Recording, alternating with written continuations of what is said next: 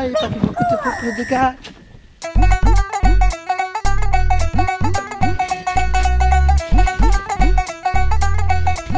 আরে শোনো না, কি ব্যাপার দেওরা, এরকম সোজা রাস্তা থাকতে তুমি এরকম আঁকা বাঁকা রাস্তা যেতেছো কিসের জন্য?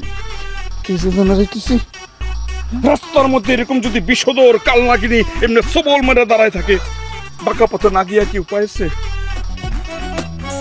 দেওরা তুমি আমারে কাল নাগিনী বিষধর সাপ কইরা? আমি যদি বিষধর সাপই হইতাম তাহলে তোমার সবল মারতাম।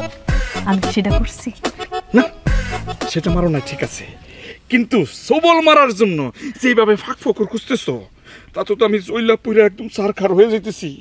আল্লাহ, কি কও দাঁড়া, কই জ্বলতেছে, কই জ্বলতেছে, সেটা তো দেখা যাইতেছে না।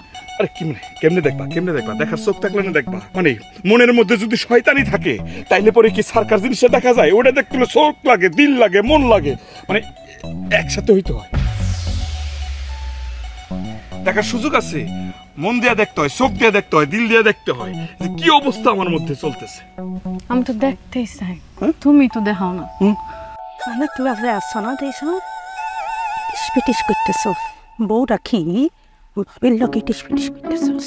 তুমি একবার মুখ দিয়া কও, তুমি যদি বোঝানোর চেষ্টা করো আমি বুঝ জানি।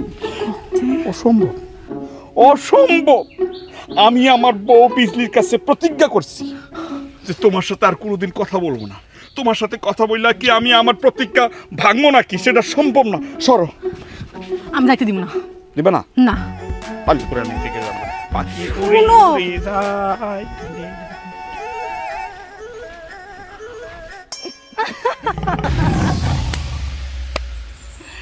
ভাবি তার মতো জিব্বা বাইকিরে অন্যের স্বামীর দিকে তাকায় থাকে, লজ্জা করে না আন্নের ভাবি? এই বিজলি, এই মুখ সামলায় কথা কবা কিন্তু বলে দিতেছি। তোমার থেকে যেমনি বয়সে আমি বড়, সম্পর্কেও বড়, তার ব্যাপারে কি বলতেছ? নিজের জামাইরে সামলায় রাখতে পারো না? অন্যের ঘরে দোষ দেওয়ার আগে নিজের আগে সংশোধন করে। আরে ভাবি কি বলতেছেন? আই তো দইরা রাখতেই চাই আর স্বামীরে, কিন্তু আপনাগো মতো চরিত্রবান ভাবি গোলাই আই তো সেটা পাইতেছি না। আর একটু হেল্প করেন না ভাবি, যাতে আই আপনার কাছ থেকে আই আর স্বামীটারে সেভ করতে পারি। ওরে আল্লাহ গো, কি করছে আমি বলে চরিত্রহীনা? তোমার জামার চরিত্র যখন এত ফুলের মতো পবিত্র, তাহলে শাড়ির আসলের লগে বান্ধা রাখতে পারো না কেন বিজলি বেগম? কি বলতেছেন আপনি? আপনি কি বলতে চাইতেছেন? আই আর স্বামীরে আটকে রাখতে পারি না কেন? এত যদি ভালো হইতো তাহলে অন্যের বউর লগে যায়া এরকম ইটিস পিটিস করতো না।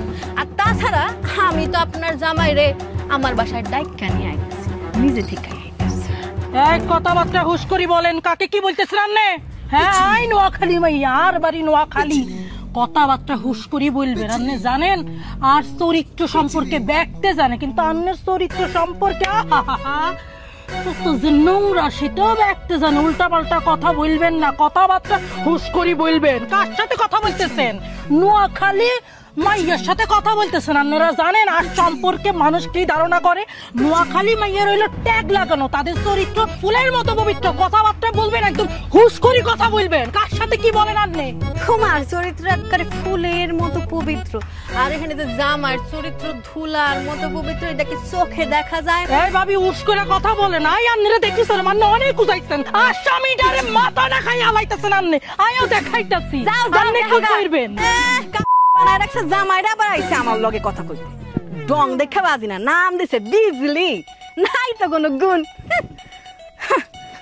সময়টাই নষ্ট করে দিল।